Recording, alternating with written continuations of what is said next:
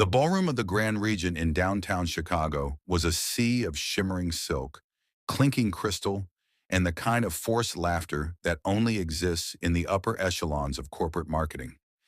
It was a world of perception over reality, a world my wife, Sarah, navigated with the grace of a shark in silk. Tonight was the Apex Awards, the pinnacle of her career.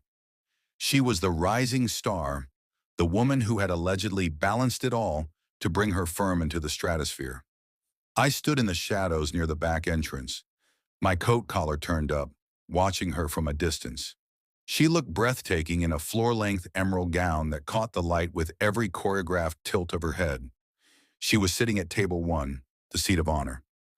Next to her wasn't me, her husband of 7 years, but Julian, her creative director. I watched as she leaned in, her hand brushing his arm as he whispered something in her ear. They both laughed, a private, intimate sound that didn't belong in a room full of 300 people. I felt the weight of the manila envelope in my hand. It was cold, heavy, and filled with the kind of truth that burns buildings down. I wasn't supposed to be here. According to the text I'd sent her 4 hours ago, I was stuck at a structural engineering conference in Indianapolis, lamenting my flight delay. Before we go deeper into this story, take a second and hit that subscribe button, give this video a like, and let us know where you're watching from. I'm curious to know how far these stories travel. Here on Family Secrets and Revenge, we know that behind every perfect smile is a story waiting to be told. Well, to understand the magnitude of tonight, you have to understand the life I thought we had built in the suburbs of Naperville. I'm a structural engineer. My entire life is dedicated to the integrity of foundations. I calculate loads, I test the strength of steel, and I ensure that things designed to stand do not fall. I applied that same logic to our marriage. Sarah and I met in our 20s. I was the quiet, steady force. She was the spark. I loved her ambition. When she said she wanted to climb the ladder, I became the ground she climbed from. I took care of the house, handled the finances, and spent my weekends doing the life admin so she could focus on her campaigns. We had a 5-year plan: build the career, buy the forever home, and then start the family. "You're my rock, Mark," she used to tell me, in her head on my chest as we sat on our deck overlooking the garden I'd spent months landscaping for her. "I couldn't do any of this without you." I believed her. I believed that every late night she spent at the office was a brick in our future. I didn't realize she was using those bricks to build a wall between us, one I wouldn't be able to climb. The first sign of rot didn't come in a dramatic way. There were no midnight phone calls or mysterious perfume scents. It was the silence. It started about 8 months ago when Sarah was assigned to the Vanguard account, a multi-million-dollar project that required her to work closely with the firm's new golden boy, Julian Thorne. Suddenly, our 7 p.m. dinners turned into 10 p.m. quick bites at the office. Her phone, which used to sit openly on the charger, was now face down and protected by a new passcode she had to change for security reasons. When we were in the same room, her presence felt like a hologram, projected there, but lacking substance. "You're being sensitive, Mark," she'd say when I asked why she seemed so distant. "This is the biggest break of my life. Can't you just support me without making it about your insecurities?" She used my own nature against me. She knew I valued stability and logic, so she framed my intuition as illogical jealousy. She gaslit me with the precision of a master architect, making me feel like the foundation of my own mind was crumbling. The illogical feeling in my gut eventually became a roar I couldn't ignore. It happened on a Tuesday morning. Sarah had left for a breakfast meeting at 6:30 a.m., but she had forgotten her work iPad on the nightstand. It was buzzing incessantly. I told myself I was just checking to see if it was an emergency. The notification on the screen was a message from a group chat titled West Coast Transition. "Julian, the LA office is cleared for 2 senior partner slots. We just need to finalize the baggage situation back in Chicago. Sarah, don't worry, the Rock is still in the garden. He has no idea. I'll handle the divorce talk after the gala. I want that trophy first." I felt like I had been hit by a wrecking ball. The Rock. That was her name for me. Not a partner, not a husband, but a stationary object she intended to leave behind in the dirt. My hands shook so hard I nearly dropped the device. I spent the next 4 hours downloading every message, every email, and every calendar invite synced to that iPad. I'm an engineer. When I find a structural flaw, I don't just patch it. I analyze why it failed and I prepare for a controlled demolition. I spent the next 3 weeks living a double life that would have made a spy proud. I hired a private investigator, a man named Silas who specialized in corporate infidelity. "You want the photos?" Silas asked me during our first meeting in a dingy diner in Oak Park. "I want everything," I told him. "I want bank statements. I want the proof that she's been using our joint family fund to pay for her weekend trysts in Sedona and Miami. I want the evidence of the job offer she's hidden from me." Before we continue, take a second and share your thoughts so far on this story below. I read every single one. If you found out your partner was using your family savings to fund their exit strategy with a lover, would you confront them immediately or wait for the perfect moment? Silas came through. 2 weeks before the gala, he dropped a digital folder on my desk that contained the death warrant of my marriage. There were photos of Sarah and Julian at a resort in Sedona, a trip she told me was a women in leadership retreat. They weren't in a conference room. They were in a private pool, her head on his shoulder, looking at him with the look she used to reserve for me. But the real kicker was the financial trail. Sarah had been slowly funneling money into an offshore account. She had already signed a lease for a penthouse in Santa Monica. And she was planning to leave me with the mortgage of our Naperville house and half of a depleted savings account, all while playing the grieving wife who just grew apart from her husband. She was coming home every night, letting me cook her dinner, letting me rub her shoulders, and all the while she was calculating the cost of my replacement.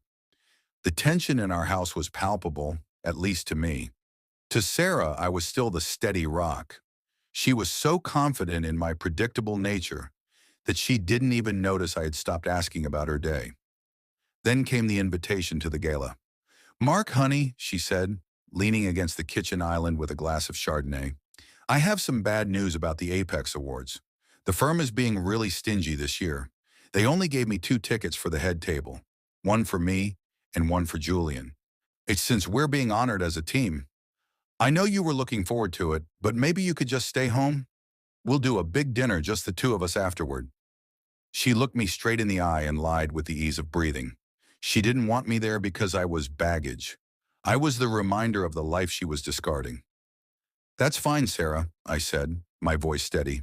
"Actually, I have that structural conference in Indy that weekend anyway. It works out perfectly." "Oh, thank God," she sighed, actually looking relieved. "You're so understanding.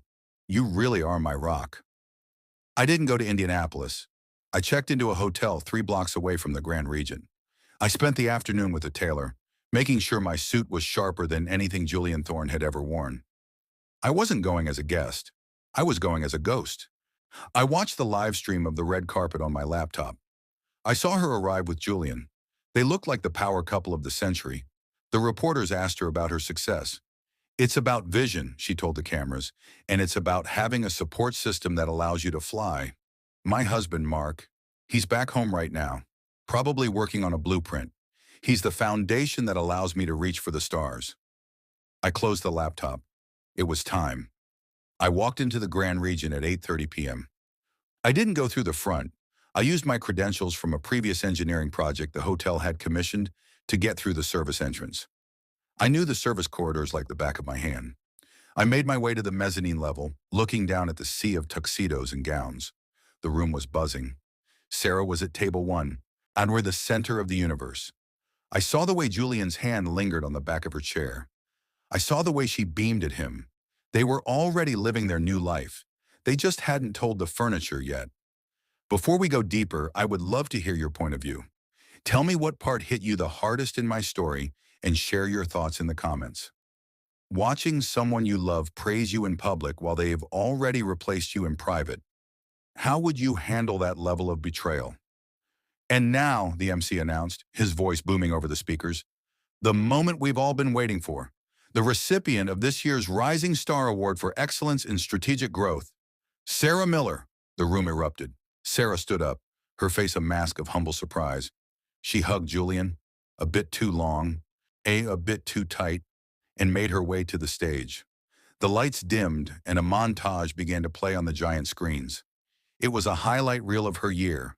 Images of her leading meetings, images of her at charity events, and a few staged photos of us in our garden to sell the perfect life narrative. She reached the podium clutching the crystal trophy. She looked out at the crowd, her eyes shimmering with tears that I now knew were purely for performance. Wow, Sarah began, her voice fluttering. I am so honored. This year has been a whirlwind, and while I'm the one standing here with the trophy, this belongs to the people who kept me grounded. She paused for dramatic effect. Most of you know my husband, Mark. He couldn't be here tonight. He's off building bridges, quite literally. But I have to share a little secret about Mark. Hey, he's so steady and predictable that sometimes I think he's made of concrete himself. I once told him I was thinking of changing careers to join the circus, and he spent 3 hours calculating the weight-bearing capacity of a trapeze wire.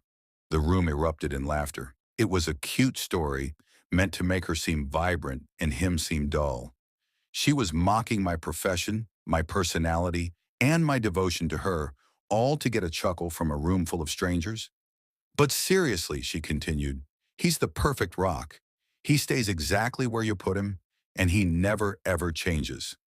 That was my cue. I stepped out from behind the velvet curtains of the mezzanine and began the long walk down the grand staircase. I didn't rush. I didn't yell. I just walked. At first, only the people in the back noticed. Then, as I reached the main floor and started walking down the center aisle, the whispering began. One by one, heads turned. The laughter from her joke was still echoing in the rafters, but the mood in the room was shifting from amusement to confusion. Sarah was still talking, something about synergy and future horizons, when she saw the movement in the aisle. She squinted against the stage lights, her smile faltering. I stopped 10 feet from the stage. The spotlight was so bright it made Sarah look like a ghost. When she finally recognized me, the change was violent. Her jaw didn't just drop. Her entire face seemed to lose its structural integrity. The rising star went out. Mark, she whispered into the microphone. The sound echoed through the silent ballroom. What? What are you doing here? I finished the calculations on that trapeze wire, Sarah, I said. My voice was calm, projected by the lapel mic I'd borrowed from the tech booth. Turns out it can't hold the weight of two people, especially when one of them is already halfway to Los Angeles. I walked up the steps onto the stage. The MC tried to intervene, but I ignored him. I walked straight up to my wife. She was trembling, the crystal trophy shaking in her hand. Julian had stood up at the head table, his face a mask of panic. I held out the manila envelope. You left your West Coast transition files at home, I said, loud enough for the front 3 rows to hear. And your bank statements. I figured since you're such a fan of transparency in marketing, you wouldn't mind if I shared your most successful campaign yet, the deception of Mark Miller. I placed the envelope on the podium. Then I turned to Julian. She's all yours, Julian. Just a word of advice from an engineer. Check the foundation before you buy the house. This one's built on quicksand. I didn't wait for her to respond. I didn't wait for the security guards who were finally hovering at the edge of the stage. I turned and walked out the way I came. Behind me, the silence broke into a chaos of gasps and frantic talking. As I walked through the heavy oak doors of the ballroom, I felt a weight lift off my shoulders that I hadn't even realized I was carrying. I wasn't the rock anymore. I wasn't the furniture. I was a man who had finally decided to stop supporting a structure that was designed to crush him. If you were in my shoes, facing that level of public humiliation, followed by your own moment of truth, would you have felt guilty for ruining her big night, or would you feel justified? Share your thoughts in the comments. The aftermath was swift. By the time Sarah got back to Naperville, the locks were changed. Her clothes were in high-quality, weatherproof bins on the driveway. I am an engineer, after all. I wouldn't want her designer dresses to get damp. The red file I left on the podium didn't just contain evidence of her affair. It contained proof of her embezzlement from our joint accounts and the proprietary data she'd stolen from her firm to take to the new job in LA. Her firm didn't just fire her, they sued her. The Rising Star Award was stripped from the records. Julian Thorne, ever the opportunist, and vanished the moment her reputation became toxic. He didn't want a partner, he wanted a trophy, and Sarah was now broken glass. It's been 18 months since the night of the gala. I sold the house in Naperville. There were too many ghosts in the garden. I moved to a loft in the city close to the river. I've started my own firm, focusing on historic restoration. It turns out I'm much better at fixing things that are worth saving. Sarah tried to call me a few months ago. She sounded different, smaller, older. She's working as a freelance copywriter now, living in a cramped apartment in a city she used to despise. She wanted closure. You had closure the night you signed that lease in Santa Monica, I told her. I just provided the final period at the end of the sentence. I hung up and didn't look back. The moral of my story isn't about revenge, though I'll admit, the revenge was sweet. It's about value. Don't ever let someone convince you that your stability is a weakness. Don't let someone use your loyalty as a floor mat while they reach for something else. If you're the rock in someone's life, make sure they aren't just using you to sharpen their knives. Thank you for staying with us for this long, emotional journey. This has been a story of how the strongest foundations can be betrayed and how the truth always finds its way to the surface. I want to personally thank you for watching Family Secrets and Revenge. If Mark's story taught you anything about standing your ground, please hit that like button, subscribe to the channel, and share this video with someone who might be sitting in an empty seat right now. We read every single comment, so tell us, what would you have done differently? Until next time, stay strong and keep seeking the truth.